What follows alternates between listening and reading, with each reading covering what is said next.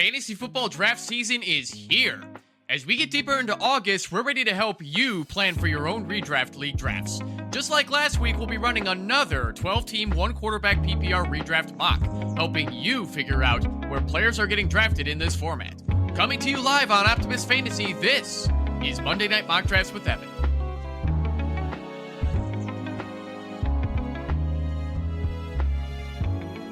Ladies, gentlemen, all those in between or outside of it, welcome to Monday Night Mock Drafts with Evan right here on Optimus Fantasy, coming to you every Monday evening until week 1 of the NFL season.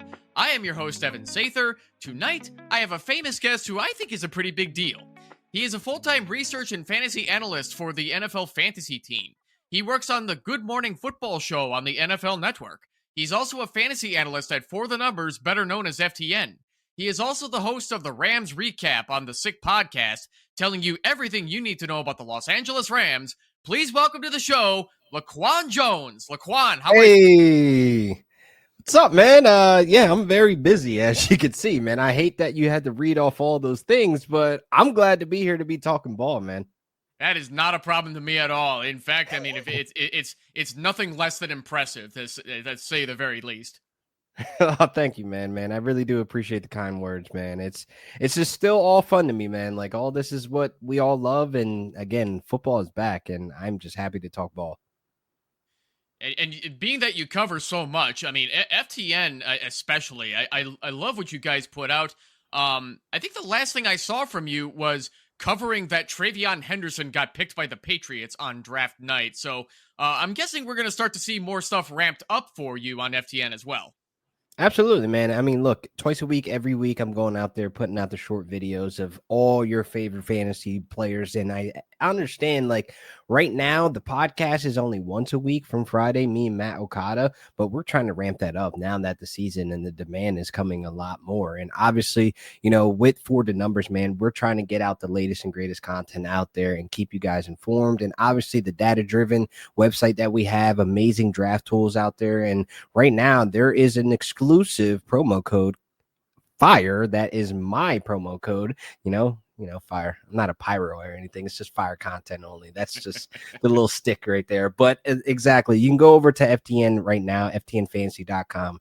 Sign up, man. Get that NFL Pro subscription. Use the promo code FIRE to get 10% off, man. Love to see it. You heard it here first. So ftnfantasy.com once you all get a chance to check this out after the show. So LaQuan, you also do the Sick Podcast, the Rams Recap on there. Yeah. You are now up to episode 26, which it sounds like it's off to a really good start. I haven't even hit episode 26 of Monday Night Mock Drafts with Evan yet. So wow. You just had DeMarco Farr join you not long ago, which for Rams fans, that's a pretty big deal. Yeah, man. It's funny how me and DeMarco met, and we met on set of Good Morning Football, and we kind of just were shooting the stuff and kind of going back and forth, you know, just about the Rams. And coming to find out, we kind of live in the same neighborhood, and I'm like, oh, that's interesting. That's cool. All right, nice. And then I run into him at the grocery store randomly, like months after I already met him on Good Morning Football.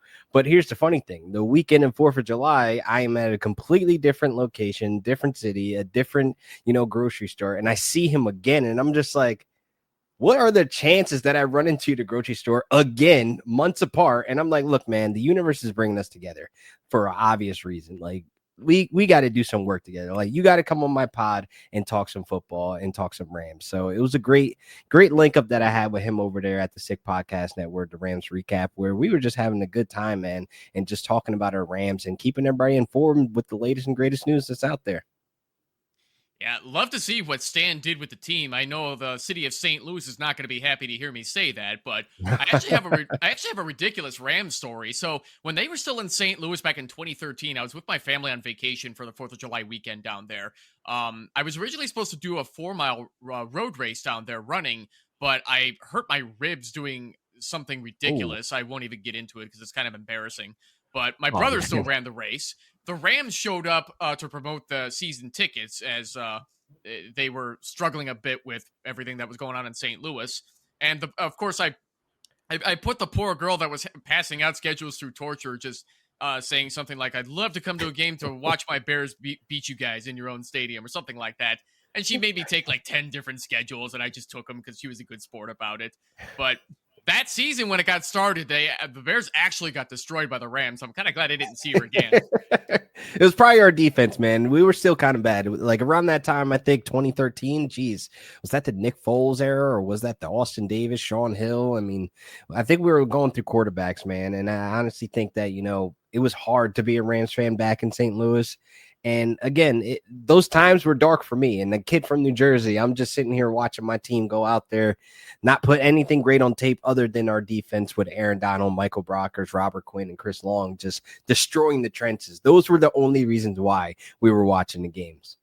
If I'm not mistaken, that was pretty close to the Sam Bradford era, as short as I lived. And Sam Bradford could not stay healthy. That darn knee, man. Like, it was one of those situations where, like, he could have been the greatest Rams quarterback of all time, but we have not even gotten close to seeing that. So it was one of those things that was just tough seeing him get injured, and then we finally move on. Gosh, I mean, at least you guys had Kurt Warner, where I think if I'm not mistaken, the Bears originally wanted to try out Kurt Warner, but he had something crazy happen to him, like a spider bit him, and he couldn't make the tryout training session for the Bears. So it was shout out to that spider, man. I'll tell you that. Shout out to that spider. I hope he's still around kicking because we got a ring because of you. Yeah, that's true. But yeah, that was quite the Super Bowl against the Titans back in '99. Yeah, Mike Jones. I used to lie and tell all the kids at my school that Mike Jones is my uncle. Being that we shared the same last name, I thought it made sense. So yeah, stupid kid lies. So we'll quickly go over just the draft settings for those of you who are curious about what we're dealing with. It's exactly if you tuned in last week, it's exactly the same. 1 quarterback, 2 running backs, 2 wide receivers, 1 tight end, 2 flex spots, wide receiver, running back, and tight end, 1 defense/special teams, and 1 kicker. We got to give those home leagues some love that are still rolling with kickers and defenses because they got to know who's going where as well in those final couple of rounds. Yeah. Unless you've got that one person, that one casual in your home league that takes like somebody like a kicker in the 4th round, like we had last year in mine. Yeah, those are very interesting league mates, but those are the guys and gals that tend to end up making it to the playoffs somehow. I do not know how that happened. The sibling of one of my best friends in my 10-team league last year took Justin Tucker in the 4th, which was quite possibly the worst season to take Tucker. Yeah, you took him at his worst, his very low. That we found out everything that was confirmed about him in the Baltimore area was true, which I'm not so sure I want to go down that rabbit hole right now. Yuck. Real nasty work. Yeah. So, without further ado, LaQuan, I'm thinking we should get this mock draft started. My friend, are you ready? Yeah, let's go. All right, let's do it. We're going to get it started a little earlier than we usually do, about 8 minutes. So, we got Pastor Sauce up in the 1 spot. Glad to have Pastor Sauce back again this week. So, Jamar Chase going off right away. Nothing too surprising, LaQuan. I mean, usually it's between Jamar Chase and Bijan Robinson. I mean, you might see a few Saquon truthers here and there, but what's the craziest 101 you've seen in a mock draft so far this year? So far this year, probably Justin Jefferson, which probably doesn't sound too crazy, but with him dealing that hamstring injury right now, he hasn't practiced in forever with JJ McCarthy. Like, I'm a little worried about a slow start, coming off, this hamstring injury, and they're saying it's minor, like it's nothing too serious, but I don't know, man. Like, I've seen him go off the board at the 101 and 102 at times where I'm like, I'm not too sure that I'm ready to take him there. What has you worried about Justin Jefferson going early, considering the talent he brings? The talent he brings is there, yes. And like 2023, where he suffered a hamstring that kept him on the sideline for 7 games, that's my biggest fear. And you're coming in with I would say, less experienced quarterback, but JJ McCarthy to me looked good in preseason, but I don't know if he's going to be good, for the regular season without a Justin Jefferson at 100% strength. So it's like one of those things I'm a little hesitant with the injury because we'd seen this happen before with Justin Jefferson where he missed time. And I'm not sure if I'm spending the 101 or the 102 pick on him.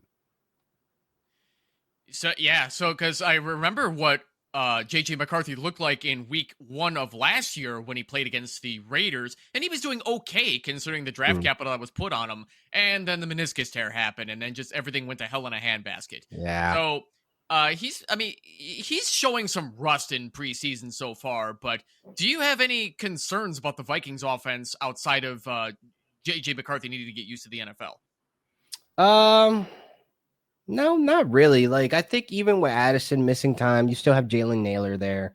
So I look at that as like he's a good fill-in for Addison. I do Probably should feel make like, your pick. There we go. I do feel like, like you should have confidence within this running game. Like with Jordan Mason there, Aaron Jones, that 1-2 punch tandem. I think JJ McCarthy will be able to lean on them as well to keep the chains moving. I think that, TJ Hawkinson, obviously, now we'll get the full, healthy Hawk because last year coming back from injury, which was a nasty injury, which I'm happy that he's back. He's up and at him.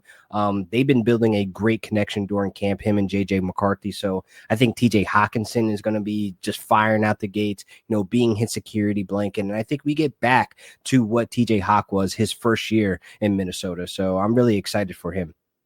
He's been dying for some targets, and I know that Sam Darnold didn't get him as many targets as he probably could have, but Yeah. Hawkinson's kind of started up a little late too. He needed to shake off the rust a bit, but so getting to your first pick, you got Puka Nacua at 108.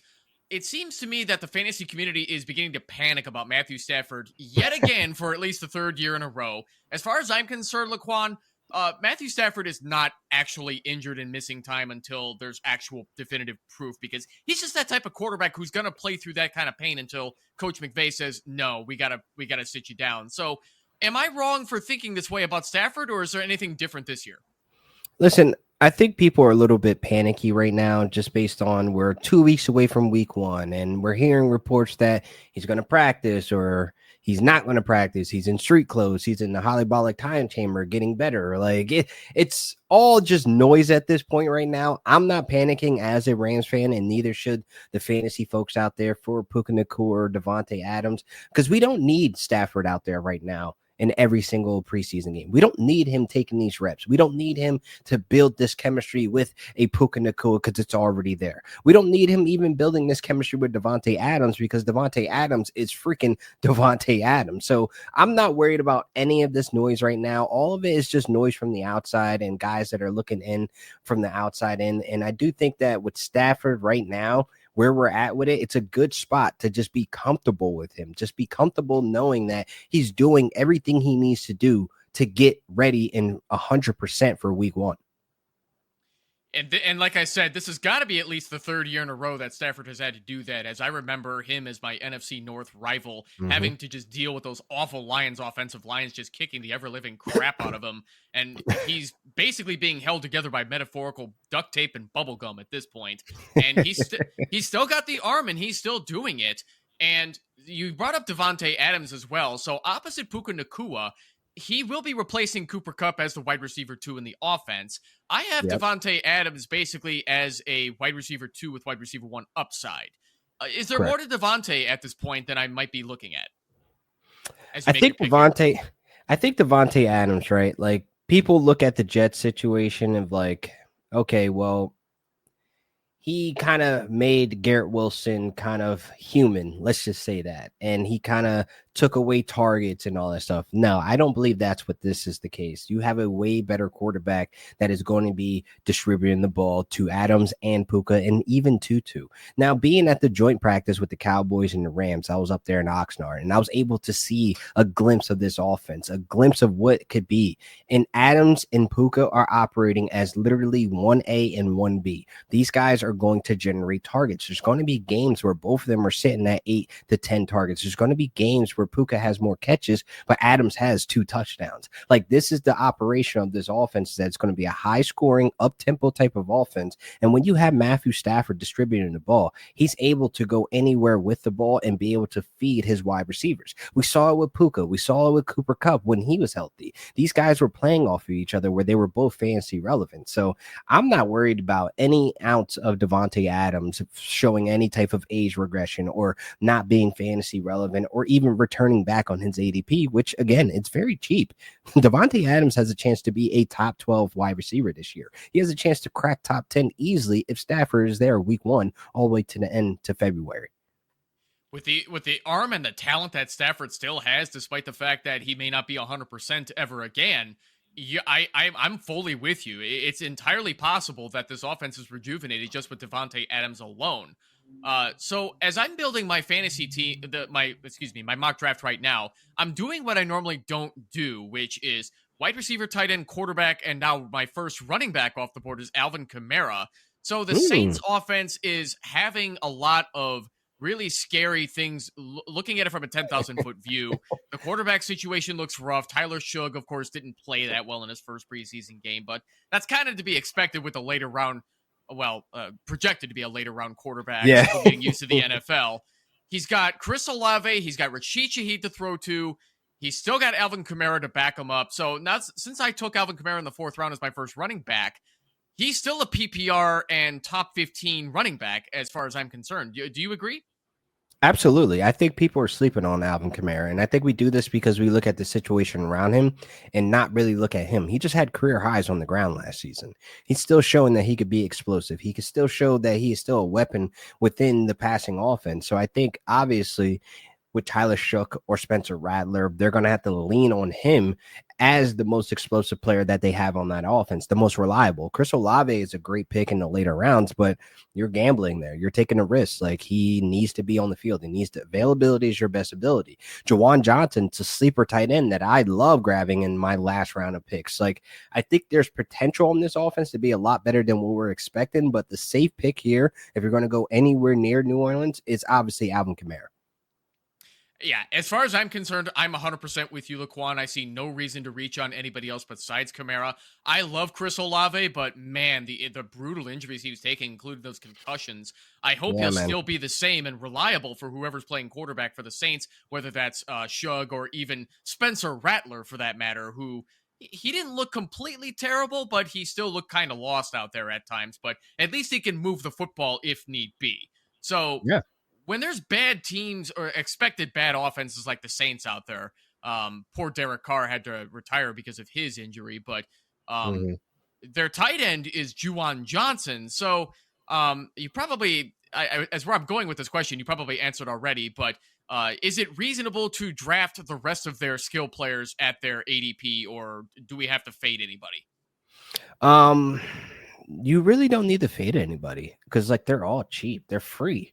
Like I only fade like if I use the word fade, it's mostly likely guys in the first 5 rounds. Like guys that are living in rounds 10, 12, 13, 14, undrafted. Like there's no reason for me to even utter the words fade. Like everybody has a price and everybody has value in that price. So I think Jawan Johnson, he's a good pickup as a tight end too. If you take a risky pick and you're not liking Mark Andrews, slap in a Jawan Johnson that's free, that's undrafted. You put him on your watch list. Like there's guys on this offense that may pop up like Rashid Shaheed or Above Memes. Like there's still depth there to where guys have open windows to be, productive for this offense. So like I'm not against taking those shots, man. I love taking shots on guys that are unheard of. Like if we, and I say we as in the fantasy community, like where did Jordan Mason come from in 2022? Where did any of these guys that that pop up out of nowhere, like the Jalen Nailers? I'm gonna say that he's going to be a week 1 hero. I mean, the first 3 weeks we're gonna be that without Jordan Addison. Jalen Nailor's gonna be the number 1 guy that everybody's gonna run to the waiver wire to go get.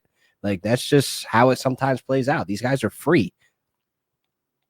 I will definitely be targeting Saints in the later rounds of my fantasy football drafts this year, too. Hoping my leagues are not listening right now because I just kind of gave away a little bit of a strategy. But knowing how disgusting that offense looks from a 10,000 foot view, I doubt it. And I'm looking at the team that I'm drafting so far, and I'm rather disgusted with myself because I normally don't do this.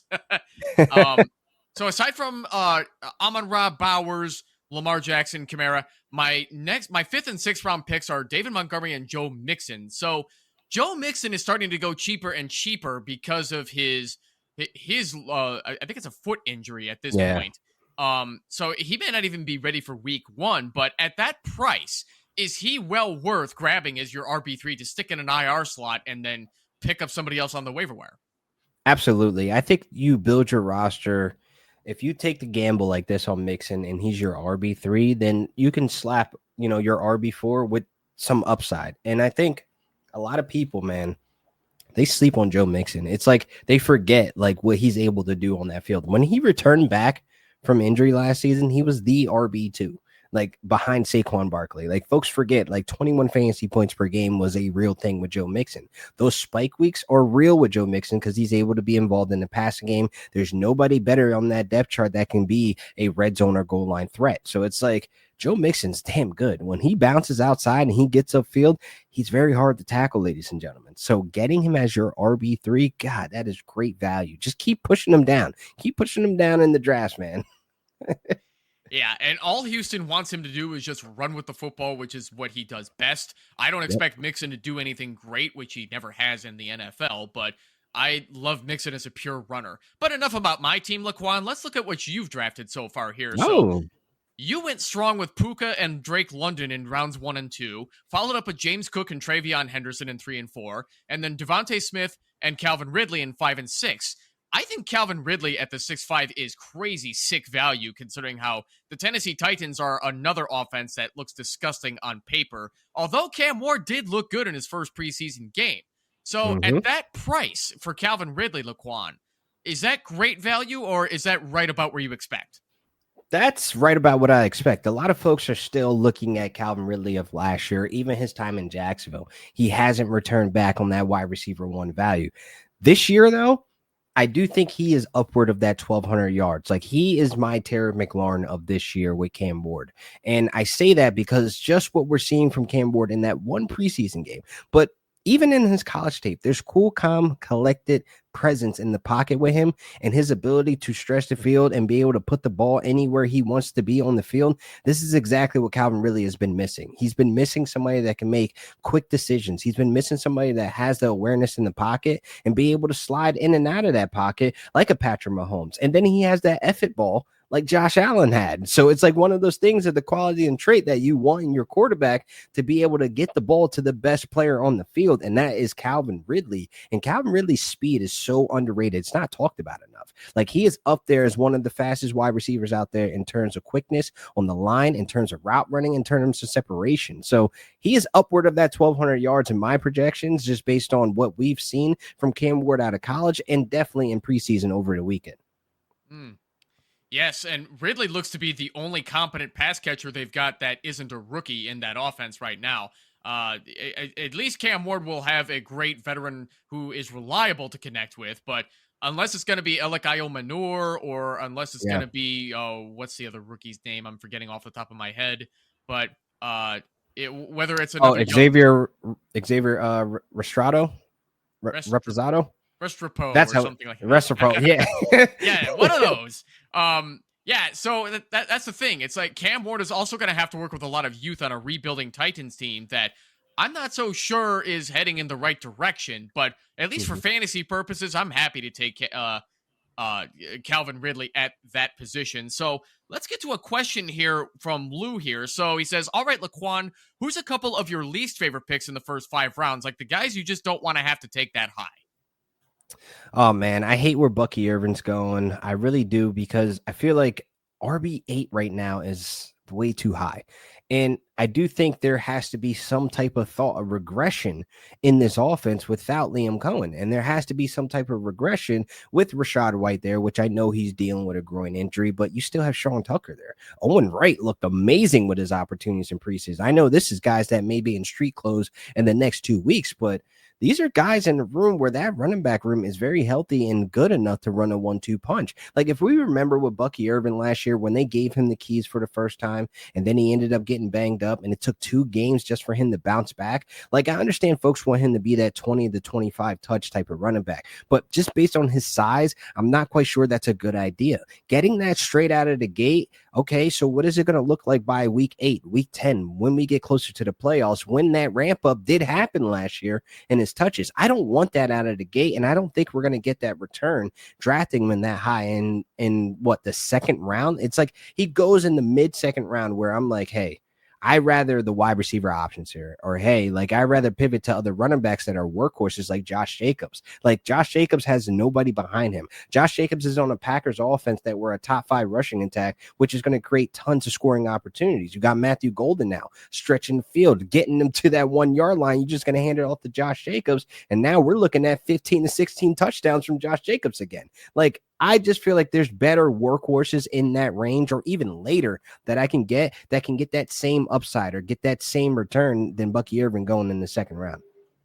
Lou also followed up with words that I was also going to mention too. He basically took them right out of my mouth. And the coaches will not stop talking up Sean Tucker, no matter how much the fantasy community wants to bury him. So LaQuan, I am so glad to hear you say what you said about Bucky Irving, because I am baffled by the hype that man is getting right now. Sure, he looks great toward the end of last season, but Yeah. Rashad White is still there. Sean Tucker is still a beast when they're willing to give him the football. And I just don't see why he's going to get more carries than potentially Jonathan Taylor or Josh Jacobs or Kyron Williams or even James Conner, for crying out loud. Like, it just doesn't make much sense to me. So that being said, are we going to expect to hear a lot of people crying about how Bucky Irving is a fantasy bust, I say in air quotes, when he's drafted too high? It happens every year. And you know who's to blame for that? The fantasy managers that believe the hype. Like, you have to understand, like, last year is last year. This is a new situation. Things change. There's injuries on the O line. There's different things that could be happening within that offensive game planning rather than what it was with Liam Cohen. So again, I'm just staying hands off. When guys get too expensive like that, I kind of run away because it's like I can find that same type of upside. It goes the same with the quarterbacks, you know, like I'm not into taking a Baker Mayfield over a Bo Nix or a Patrick Mahomes, but that's how his ADP is sitting right now. QB7 for Baker Mayfield. I don't think we're going to get that again. I don't think we're going to see 40 plus touchdowns. I don't even think we're going to see that same rushing upside. So there's so many different factors of this Bucs offense where I'm like, hey, I'll let the fantasy streets do their thing, but I'm going to go do this over here. So I'll Kintz has a good question in the comments. I'll get to that in a moment. But the one last thing I definitely want to say about Baker Mayfield, he is a quarterback who is the beneficiary of the Mike Evans treatment. Mike Evans made Jameis Winston look great. He made any quarterback for the Tampa Bay Buccaneers look great, and he's definitely making Baker look like $1 million in the NFL. And I'm with you. I do not want to trust him as a QB7, even in these mock drafts or even the real drafts right now. And you mentioned Liam Cohen, who became the new head coach of the Jacksonville Jaguars. Vince Mapstone took him at the 8-6, which is, I don't even know how many running backs went off the board before ETN went, but I still feel like a lot of people are sleeping on ETN down there, where, yeah, he's probably not going to be the lead running back for too much longer in Jacksonville, being an Urban Meyer pick, which, I mean, I thought that was ridiculous at the time, but his talent still can't be denied. So, LaQuan at the 8-6, for Travis Etienne, if you get him this late as your fourth running back, are you going to reap the benefits of Duval? That was a really good impression, by the way. That was like spot on. But Travis Etienne, to me, man, preseason, we saw him play all the snaps with the starters. So it's one of those things where you didn't see Tank Bigsby until later. I think this backfield is going to be a three-headed monster. It's going to look exactly like Tampa, where Rashad Tootin will be the Sean Tucker. I don't think Tootin is ready to take on that RB2 reins, but Travis Etienne is still going to be involved in this offense. And to get him as your RB4, you're not taking any risk there. You're taking all upside. So slapping him in on a bye week of Chuba Hubbard or even Breece Hall, you're looking like a genius now, because Travis Etienne has the same upside and same role as a Rashad White in Tampa, where Rashad White was very serviceable as a flex option. So I think Travis Etienne fits that bill right there. So I'm not fading him. I'm with you on that. And then Vince Mapstone followed up in the 10th round with Ramondre Stevenson. I love that pick. Vince has been great at the late running back picks, where Travion Henderson might be the RB1, as Kins pointed out. We'll finally get to his question. Speaking of Ramondre, how would you feel about having Travion Henderson as your RB1? You took him as your RB2 at the 405. He's having a great preseason so far, and we're thinking that's pretty reactionary to how we looked, especially on special teams, returning some punts and kicks. But Travion Henderson is your RB1. Are you ready to go that far this year, LaQuan? No, I'm not ready. I do think after this year, we'll have a better idea of if he fits the RB1 tier. I do think he's a solid RB2 with incredible high upside. Some incredible spike weeks are on the table for him. Like I'm talking spike weeks of 20 plus points.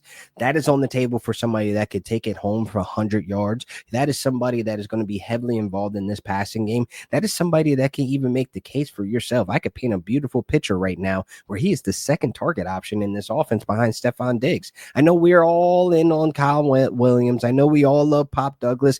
And Hunter Henry's still there, but is that really a functioning offense if we have Hunter Henry as our number 2 next to Diggs? No, you get it to the best and most explosive players. And I think McDaniels understands that. This is James White, but the incredible upgrade of just having the electric speed that Henderson possesses. So I'm not ready to put him as an RB1, but I am locking him in as a RB2.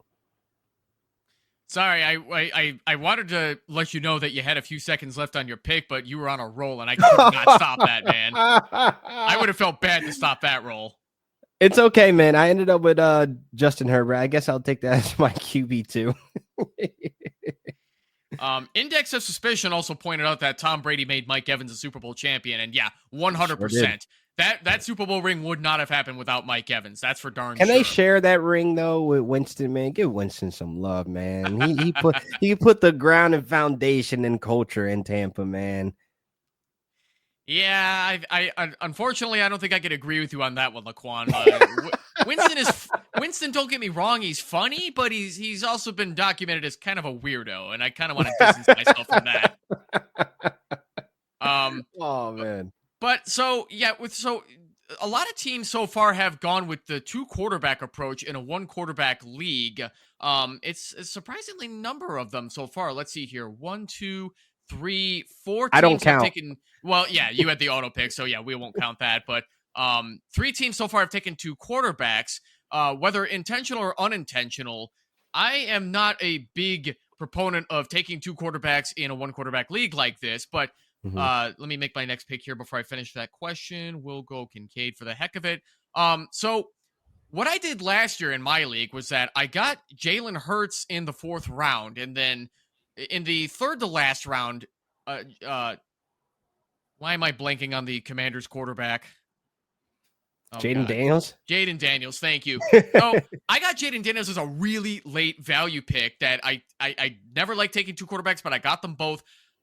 To my surprise, I ended up trading Jalen Hurts in that season to go get another wide receiver. So, when you don't plan on getting 2 quarterbacks like that, and you happen to get a rookie that exceeded the fantasy points that Jalen Hurts is getting, do you go for that strategy? Kind of. Even in 1 quarterback leagues, I do like slapping a QB2 that I could secure that's mine, that I don't have to run to the wire to go get. But that QB2 is going to be an insurance policy on my QB1. For instance, if you take Patrick Mahomes, now Patrick Mahomes, he's a household name. His name sells, but the last 3 years has not been great for him in fantasy. He has not been in QB1. So in that instance, I'll slap on like this year a Bryce Young or a Michael Penix, try to take that upside. I don't think I'm ready for Cam Ward. I don't think I'm ready for Shador. We don't even know when he's going to start. Same thing with Jackson Dart. Not with this rookie class, but guys like second year folks like the Michael Penix of the world. If I draft Patrick Mahomes, I'm going to slap Michael Penix there, later in the rounds. He's going outside the top 20 quarterbacks. So like you're not paying such a hefty price where it could be all upside at that point. Kintz also has another question. Are you worried that Ramondre will take away the majority of Travion Henderson's work? I don't see this happening, LaQuan, do you? No. I mean, this is the same guy that got benched last year by Antonio Gibson. So it's one of those things that he has fumbling issues. He's not as explosive as Henderson. Like, I think he'll only be out there again where it may not even be on 3rd downs because Henderson's a very good pass blocker as well himself. So he shares all the traits and qualities that you want as an RB1 of your backfield. But looking at Henderson, him sharing that backfield with Junkins, in college, it's like it was much needed because he suffered an injury. So the last time Henderson was a workhorse was his freshman year of college. And I don't think we're going to see that again. So I do think it's going to be a split, but it's not going to be a noticeable split to where you're going to be like, oh man, it's Stevenson again in the red zone. Like, nah, I don't think that's going to be an issue. I'm fully with you with that as well. So yeah, we have seen a lot of running backs like Ramondre Stevenson, and it's funny enough, like Antonio Gibson has also had fumbling problems in his NFL career, and Mhm. there's always that one season where a lot of these backs have that problem, but then they turn around and then they fix it for the next season, and that seems to be the issue with the oh God, why am I blanking on the Jacksonville rookie they took? Bashal Tutin. Bashal Yes. Tutin fumbled a lot at Virginia Tech. Mm. Does that disqualify him from being a good late round pick, which Dan the Man took at 11:06? I think that's bullish because I think you still have to factor in the two running backs ahead of him. And I don't think that Liam Cohen's going to play Tootin over Tank Bigsby right now. Tank Bigsby seems to be the darling in his eye. And then Travis Etienne, the veteran there over both those guys, like he's still going to be involved as well as the Rashad White if you want to play the mirror and role. So I think you're taking the chance thinking that he's going to leap one of these guys. Like I equate that to taking Sean Tucker there at that point. Yeah, I'm definitely with you on that one where I'm not even a big Tank Bigsby fan, as I just see him as AJ Dillon, but with less talent. Does Tank Bigsby get more carries to take away work from ETN? And does he improve upon last year? Because I did not see him as very efficient. I see this offense taking a step forward in terms of efficiency of like how these running backs are going to be used. I think Tank will be used efficiently. He won't be a full-time, all-time, like early down back, but Tank was way more explosive than Travis Etienne. The only thing that Bigsby doesn't have is the pass catching ability. Like I do think that's where he's discounted at, where Travis Etienne might take on that role. So it might literally be a 1-2 punch, where we're just going to have to guess which weeks is this guy's going to be the guy. I do think it will be a lot better than a Najee Harris and Jalen Warren situation. Like, I don't think they eat each other alive. I do think there's going to be weeks where one will be better than the other. Do you see that happening for a lot of these perceived split backfields that appear to be happening with multiple teams across the league? We just came out of a rich running back draft class, and now we've got we've got some seemingly split backfields in Pittsburgh, the LA Chargers, the New England Patriots. We don't even know what's going to happen with my Chicago Bears with how good Kyle Monangai looked back there. Yeah. So with James Conner, guys like James Conner are probably among the few like actual lead backs left. Is this going to spell trouble for a lot of leagues having to deal with a lot of split backfields? No, because we've seen it done efficiently. Like we go back to Kevin Stefanski's first year with the Browns, where you have Kareem Hunt and Nick Chubb. They were both used and utilized in a split situation, both fantasy relevant. That was the year I said, screw it, I'm gonna draft both of them, and they ended up being very efficient on my teams. Like I feel like we need to get used to these 1-2 punches. Like I think there's an opportunity there where you look at James Cook, he played less than 50% of the snaps. Ty Johnson and Ray Davis, they ate their opportunities up, but James Cook still was very good at fantasy. Yes. Like folks don't need to be on the field for 70% of the time, like a Kyron Williams, to be one of the best. Like we're seeing these numbers come down as we get, later into the seasons because guys can't handle 17 games all by themselves anymore. Like it's not 2005, 2006, where the guy gets handed the ball 360 times. Like, no, that's not even reality anymore. Like same thing with Saquon. Like I do think there's opportunity for a backup there to take some of the load off because Saquon played a lot of football last year, folks. Like it's insane amount of football that he played last year, including the Super Bowl. So it's like, this is where I think the league is going to go, even to control the running back market as well, where like, hey, I'm not going to pay you top dollar anymore because you're sharing the backfield. Like, I think this is where the new age of the running back splits are going to be happening, and folks need to get used to it and be able to have their head on a swivel. So a lot of people are also starting to go sour on Saquon Barkley for that same reason, where, yeah, like you just said, he played a lot of football last year. He had over 2,000 rushing yards on the ground. He wasn't needed all that much in the passing game because Jalen Hurts is great on his feet, and they have elite wide receivers in both A.J. Brown and Devontae Smith, and even Dallas Goedert can surprise some people from time to time. Yeah, he was a top 10 tight end last year under the radar. A lot of people don't even remember that. I didn't even remember that till you brought it up too. That's how under the radar he's been. Seriously. So, that being said, this is not Scott Fishbowl, but I managed to get Saquon Barkley with the 11th pick in the first round because a lot of people just skipped on him for some reason. Jamie Perrogue at 103 made sure to go get Barkley as the second running back because he's a real one. He knows that Barkley's still in for another RB1 season.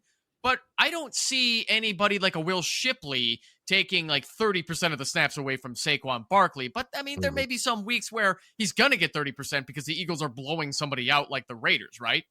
Exactly. There's no point to keep Barkley on the field if you're blowing the Raiders out like that. But I do think there's opportunity, for that backfield to figure out who could take the load off of him. Because, again, I'm a little worried about Saquon. And I say that because when we look at all the 2,000-yard runners, all those single-season leaders, the Derrick Henrys, the Barry Sanders, the O.J. Simpsons, like, they've all had these 2,000-yard seasons, but there was some type of regression the following season. And, like, I like to point to, like, Saquon Barkley, like, how quickly do we forget that this guy has an injury history? Like, how quickly do we forget like the injuries started to pile up on him? Like, again, I put CMC in that same tier where CMC is known to have multiple different injuries per season at this point. So it's like, I don't feel comfortable taking Saquon Barkley at all. He is my number one fade running back in the first round. It's Bijan Robinson or Jahmyr Gibbs, and that's it that I'm taking in the first round.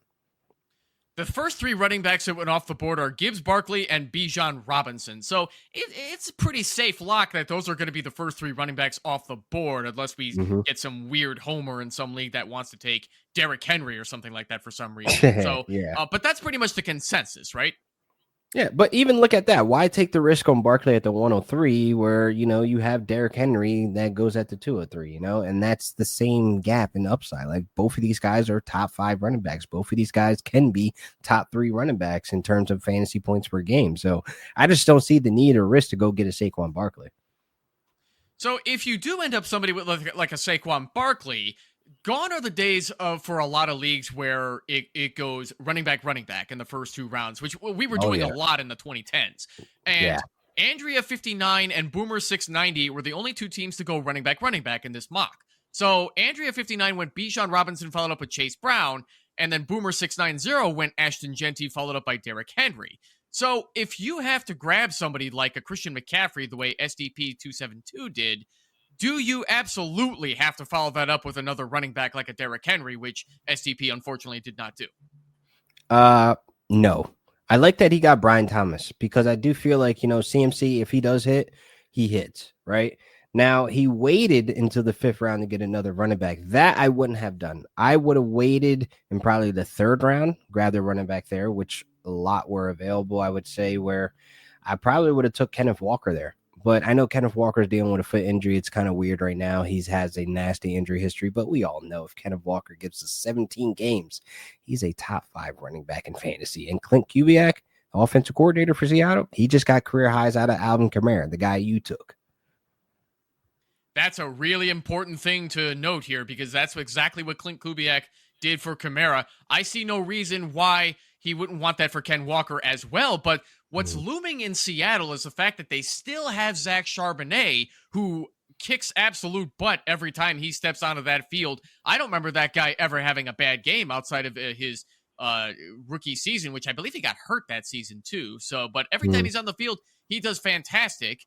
Zach Charbonnet went by Andrea 59 as well at the 9-4. As your RB4, you can't get any better than Zach Charbonnet, right? That's the type of pick you want to make as your RB4. Like, that is in the range of where, like, I'd rather Zach Charbonnet over a Jaden Blue, over a Najee Harris, over a Ray Davis, over Ramondre Stevenson. Like, these names, these are just guys that may not even crack fantasy relevance outside of your bench. So it's like Zach Charbonnet, at least he's going to be on your bench. And when his name is called, he's putting up some big numbers. And I think Zach Charbonnet has proven that these last couple seasons. So, yeah, I definitely agree, man. Like, that is a complete steal in the 9th round. I'm mad I let that one slip. Yeah, because by the time it came back to me, I just settled on Cam Scattaboo, which I'm just willing to take a flyer in the 9th round as this is not typically how I like to draft, like I said at the beginning of the show, but it's fun to take some chances on guys that you normally don't do in a situation where at least this is not going to turn into a real league. But so as I keep talking about my team over and over again tonight, so if you see a team that drafts like this, at least with this format where it's like wide receiver, tight end, quarterback, and then wait on running back. I'm no zero RB guy, LaQuan, but I Mhm. don't mind exploring an opportunity to wait a little bit at running back for a lot of them to go off the board first and then see where else you can find value before the middle of the rounds go here. So if this were your real fantasy team, LaQuan, would you be at all worried based on how it's structured? No, your first 6 picks are solid, man, and I do think that, a lot of people are down on Mixon like we spoke about. David Montgomery as well is straight I think it's straight cash to be able to get him still where he's going in drafts, and I think a lot of people are down on him because they think Gibbs is gonna get a larger workload, but David Montgomery is great when he's available. So, honestly, you went balanced, like, you got an elite wide receiver, one lock, got the elite tight end lock, and then you got probably the best quarterback in fantasy right now in Lamar Jackson. Like, how can you come away from the first 3 rounds complaining? So to secure your running back 1, 2, and 3 essentially in the next 3 rounds, that is just a strong start, brother. So you bring up David Montgomery. So I did what I normally don't do last year in my home 10 team PPR league was that I managed to get too many Lions in that one league. I also got too many Buccaneers in an 8-team league, but in this one I happened to get a lot of Lions fall my way last year between Sam Laporta, Jameer Gibbs, David Montgomery, and then Amon-Ra St. Brown. I had almost the whole offense at that point. I You're just didn't end missing up Jared Goff. yeah, I was definitely missing Goff. I didn't get the stack, but even when you stack without the quarterback like that, going Gibbs and Montgomery last season, just solid RB1, RB2 last year. There are not a lot of teams where you can do that for both of their running backs, but now that it seems like a lot of other teams are trying to copy the Lions when it comes to solid running back production out of like two headliner guys like that, Yeah. is it wise to try that strategy with other teams like the Chargers, the Steelers, the Seahawks? Well, any of those teams.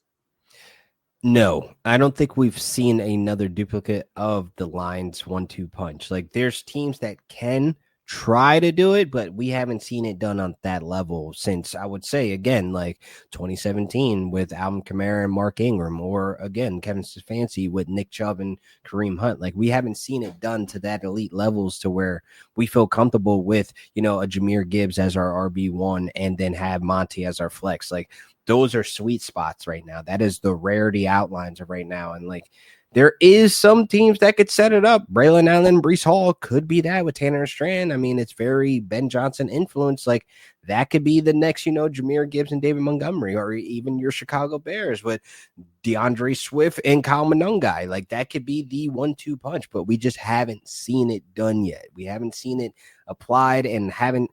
Man, I do like Denver's backfield as well. J.K. Dobbins and R.J. Harvey. That could literally be another tandem of like 1-2 punches that could be available to you in your flex and your RB1 or 2. Like, I just need to see it happen this season so we can have this conversation next year and be like, yeah, there's legit like 4 to 5 teams that you can get this off. Definitely. So Lou Brunson brings up another good question. All right, now I got to ask this of LaQuan. Who's a guy or two who's not going in the top 5 rounds who should be? I think, LaQuan, we have a lot of examples of this, but what's your answer to this? That's not going in the top 5 rounds that should be. There's a couple guys. Like, I do think like you can make a case for like Calvin Ridley. You can make a case for obviously with Joe Mixon falling with the injury. Jordan Mason, I think, I don't want to get too high on him, but I think he should be in the first 5 rounds. I think he'll meet that quota in 2026 when he gets that extension for the Vikings, and Aaron Jones rides off the sunset, but that's a whole different conversation. But there's a couple guys like that you hope can give like top 5 type of like energy is like TJ Hawkinson. Like, I think he's a steal because everybody's chasing Bowers, everybody's chasing McBride, everybody's even chasing Kittle, getting that value, but Hawk is going to see a lot of volume out the gate. Like, there's going to be games where Hawk is going to be looking a little bit better than some of the guys that are going in those first 5 rounds. Even Travis Kelce still got taken before Hawkinson, and I don't want to doubt Travis Kelce until he can't play anymore. But wow, he did. He went as the tight end 5 in this particular draft, behind Laporta, Kittle, Bowers, and McBride, which is not really that much of a surprise anymore if you've seen enough mock drafts. But is Kelce still a top 10 tight end until we see evidence otherwise? I would have to say yes, just based on who the quarterback is, the team, and obviously the situation. They're going to feed him if he's out there healthy. Like, I do think last year was like one of those years, like, man, like we got burned by Kelsey. But where he's going at in drafts now, I don't think you feel that burn. Like, I kind of feel like you have stability at the tight end position, knowing it's Travis Kelsey, and you didn't have to pay a premium price for him. Yeah, so basically, he is a steal at 608 if you get him that late as your first Yeah. tight end. I've seen him Where fall even further, like the eighth, ninth round, where guys are just completely inflating, like Loveland and Tyler Warren, who I took, which I feel good about. But I think that, when the new shiny toys come in, and then guys that are kind of like the Evan Ingrams and David Njokus of the world, you just feel a little bit more secure and better with them than a Travis Kelsey of what we've seen, these last couple seasons. So before we get to the Fantasy Football Taverns question, I wanted to point this question out to you of my own here, LaQuan. So I feel like in redraft leagues, we're finally starting to see the spillover of the overvalue of rookies among a lot of these redraft leagues, where I feel like the advice for best ball leagues as well as dynasty rookie drafts have finally spilled over into redrafts, where you start to get into the dead zone as far as like round 6 and in between there, where too many people are starting to overvalue rookies, where I would much rather take chances on veterans. So, for example, you got Dylan Sampson going in the 1103, but to be honest with you, I think I would still rather take a chance on somebody like a Jerome Ford, who's probably going to be leading that backfield over Dylan Sampson, even if Jerome Ford sucks under center and he's only good from the gun. So, do you see rookies being overvalued now in redraft leagues? It depends on the position, because I think the running back position for rookies does get a little bit pulled up more than the wide receivers. Like, there's examples of last year's, like with Marvin Harrison Jr., he's going in that back in the first round. I never agreed with that. I thought that was a little too expensive just based on the expectations. But I do think that the rookie running backs, they get pushed up, inflated a lot more than the wide receivers at times, because we're looking at the situation at the old dog that can't do new tricks as the RB1, and then they bring in and draft a new shiny toy. All the attention goes to that rookie running back that we think is faster, stronger, and et cetera, et cetera. Like, I do think that the rookie running backs, they end up being more traps than the wide receiver rookies. And speaking of those trap running backs and the dead zone, that's what the Fantasy Football Tavern asked here. Shout out to you, Kendall. My question of the night, he says, as far as the dead zone running backs go, which I'll say is anything on or after round 6 or close, who's your favorite value pick and your favorite fade?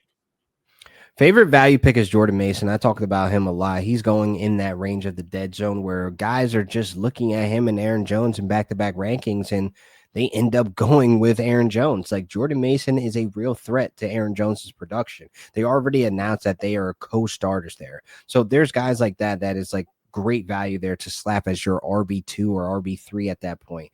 And I do think guys that I am favorite fade, I would say, man, what's a favorite fade for me? Travis Hunter. There you go. Travis Hunter. I'm fading. I have my concerns just based on conditioning and health on a week-to-week basis, playing snaps on both sides of the ball. We just saw him get freaking stiff-armed, his head bounce off the ground from Caleb Johnson, like making business decisions. And I think there's going to be a lot of business decisions when he has to go up against these bigger backs in this league. So I do think that Travis Hunter right now, there's all the circus and entertaining on him playing both sides of the ball. For fantasy, I'm not touching him in any of my leagues. I think I'm with you on that one, LaQuan. I do not want any shares of Travis Hunter for his rookie year. He's going to need time to get used to a Deion Sanders-like role where he's going to have to get used to playing both ways. And, I don't know exactly how his endurance looks, but I'm sure it'll get there for the NFL level. But He's a grown man. These ain't college kids. But I'm thinking by the second half, he's going to get gassed out at some point, which could open up some targets for other guys like De'Ami Brown, which is a favorite late round pick of mine, who I don't believe got drafted in our mock here. But if you're looking for a sleeper wide receiver pick like that, do you even look at somebody like a De'Ami Brown, or are there just much better options out there? Absolutely, you entertain the idea of De'Ami Brown. And we saw him make flashes with Jaden Daniels last year in the playoffs. Like, he's a deep threat, and I think Liam Cohen wants to utilize that to catch a couple of defenders off guard because De'Ami Brown's not a household name, but I do believe that there is some ball left in him. There's something to prove this season, and with this fresh start, and I think with an actual plan and direction behind him, De'Ami Brown can literally be the surprise of week 1 and 2, just based on the opportunities we saw him get in preseason. We saw a designed trick play to De'Ami Brown before we saw it to Travis Hunter. So obviously they're trying to utilize him in different ways, like him lining up in the backfield, him going across the formation in motion. Like, De'Ami Brown needs to be a name that folks need to know, at the very least, to put on your watch list. Watch list is perfect, especially for a 12-team league with 5 bench spots Yeah. like what we're doing right here.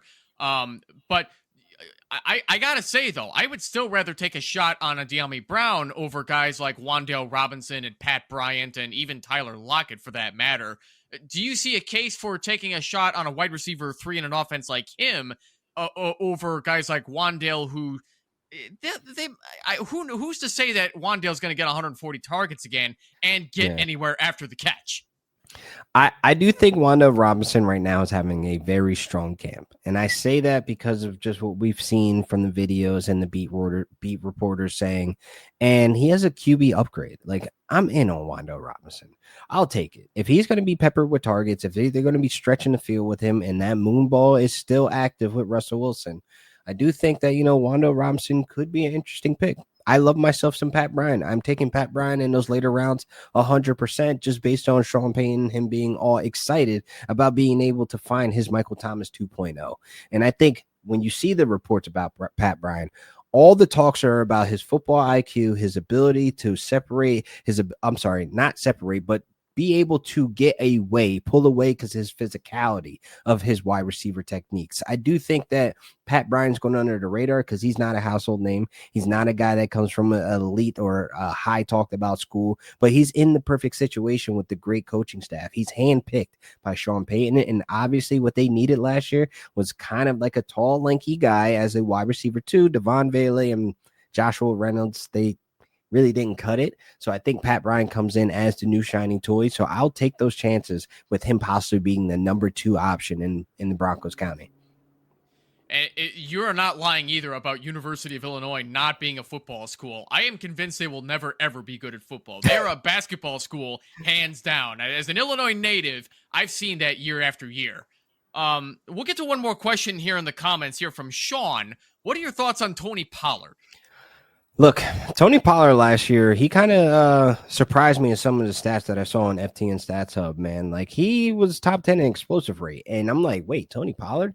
And I'm remembering, I'm like, hey, Tony Pollard was very explosive in his time in the Cowboys before that leg injury. So I'm like, it kind of makes sense. And now with Tajay Spears bringing up that, a high ankle sprain, now that he's banged up right now, I think Tony Pollard's set in direction to be the RB1 with max opportunities out of the gate. Like, I don't think there's a backup there that can really take over Tony Pollard in his role because, again, you can use him in the passing game. You can use him in the red zone goal line area. And obviously, he's your early down back. And I think him being efficient, being in this offense now with Cam Ward, and I honestly think that Calvin Ridley brings this offense closer to scoring opportunities. You're just going to hand that ball off to Tony Pollard. So I think there's great opportunity there for him to be a sneaky RB2, RB3 in a lot of drafts. Yeah, it's like Lou Brunson said in the comments, poor Tajay, love his skills, hate his health. And this is yet another case of the poor guy probably going to have to miss some time. So, LaQuan, as we're starting to come to a close on the show, I'm going to ask you what I ask everybody else in every single episode. Who had the best draft here? Who had I'm not going to say me, even though I do think it was me. But best draft, because I've been eyeing up Boomer 690. I do like his wide receivers. I see the idea that he's going for. Like JSN, he's obviously the alpha of that Seahawks offense. Same thing with Marvin Harrison, but can he connect with Kyler Murray? I do like George Pickens, and that is your wide receiver 3 as your flex. Boy, the upside is there. And I think a lot of people are sleeping on this Cowboys offense. Like, Dak now has a wide receiver 2. That is scary. Like, do you understand? Like, where did I even take Dak? I took Dak in the 10th round. This is a top 3 quarterback 2 years ago. Like, what are we thinking right now? And, like, to get this combination of wide receivers, this is a solid wide receiver room. And I didn't even mention Ashton Genty and Derrick Henry that are sitting in a 1-2. Like, that is insane. Like, if Ashton Genty gets Derrick Henry workload, if he ends up being anywhere near a splitting image of what he was last year in college, Ashton Genty could be the RB1 in this backfield with no competition. But that is all in the likes of hoping that the Raiders O-line is anywhere near good, because god awful what it was last season. And go figure, Pete Carroll joins another team with a notorious bad offensive line, just like the Seattle Seahawks were during his time. And I do think that, you know, a lot of people are sleeping on Chip Kelly too, because he wants to run the heck out of that ball, man. Like, that's exactly what him and Pete Carroll are on the same page about. So, ladies and gentlemen, as we are starting to wrap up Monday Night Mock Drafts with Evan here, I want to get to a few sponsors and other things you need to know before we go, starting with our Discord community with Optimus Fantasy. If you're not in our Discord community yet, what are you even doing with your life? I'm serious. This is where the real action happens 24/7, and it's completely free to join. We've built an incredible community where you can get everything you need to dominate your leagues all year long. We're talking best ball advice, DFS lineups, live NFL draft coverage with real-time updates, deep dynasty discussions where we debate rookie values and trade strategies, and some of the sharpest NFL betting insights you'll find anywhere. But here's the thing. It's not just about the content. It's about the community. You've got thousands of fantasy fanatics in there sharing advice, breaking news, celebrating wins, and yes, commiserating over those brutal bad beats. Whether it's 2 p.m. or 2 a.m., someone's always in there ready to talk ball. Check out the link in the show description now. It takes 30 seconds to join, it's completely free, and I guarantee it'll level up your fantasy game. Come hang with us. Also, Fast Draft Fantasy. All right, fantasy fam, let's talk about Fast Draft. They're absolutely revolutionizing the best ball game right now. They just dropped something called the Rabbit, and this is a game changer. We're talking about a true 15-round best ball draft that includes quarterbacks. No kickers, no defenses, just the positions that matter. And here's the kicker, pun mildly intended. You've got a 20-second clock per pick, which means you can knock out an entire draft in about 20 minutes. 20 minutes! Plus, they've got a $50,000 prize pool up for grabs. And because you're a part of the Optimus family, Fast Draft is hooking you up with a $50 deposit match when you use promo code Optimus. That's OPTIMUS.